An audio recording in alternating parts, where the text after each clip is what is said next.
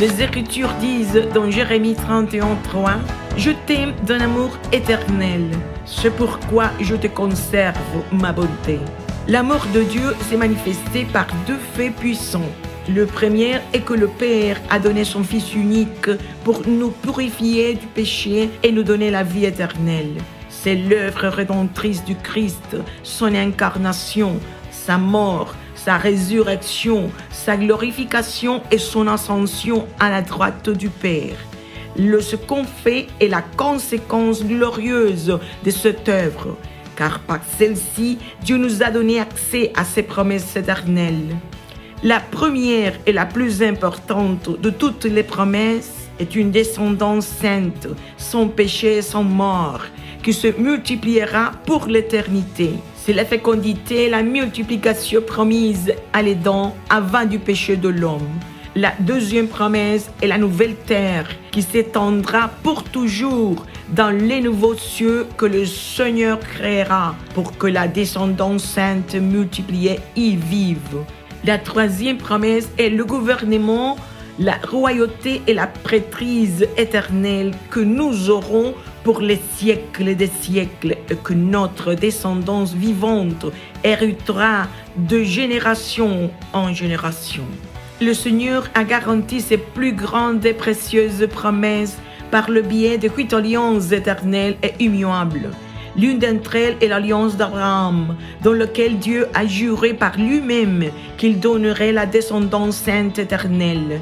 C'est pourquoi l'Épître aux Hébreux, chapitre 6, versets 13 et 14 dit « Lorsque Dieu fit la promesse à Abraham, ne pouvant jurer par un plus grand que lui, il jura par lui-même et dit « Certainement, je te bénirai et je te multiplierai ta postérité. » C'est la promesse de la descendance bénie, multipliée de génération en génération.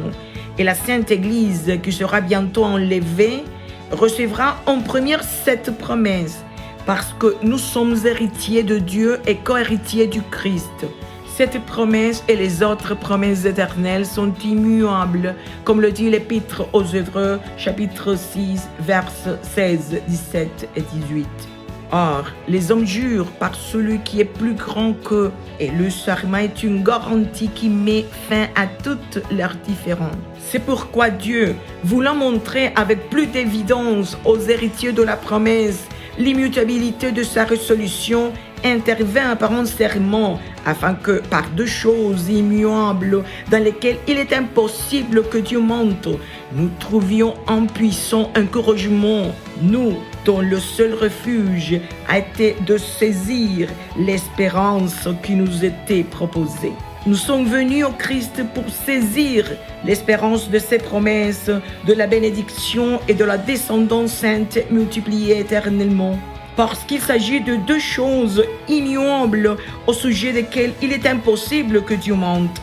C'est pourquoi la promesse de la descendance sainte multipliée éternellement est notre ancre de l'âme sûre et solide. Découvrez ces alliances et les promesses éternelles du roi dans l'histoire de l'amour de Dieu, l'histoire des promesses éternelles, un livre d'images qui n'est pas seulement destiné aux enfants, mais aussi à tous les âges, car le roi dit que quiconque ne devient pas comme un enfant ne peut pas entrer dans le royaume des cieux.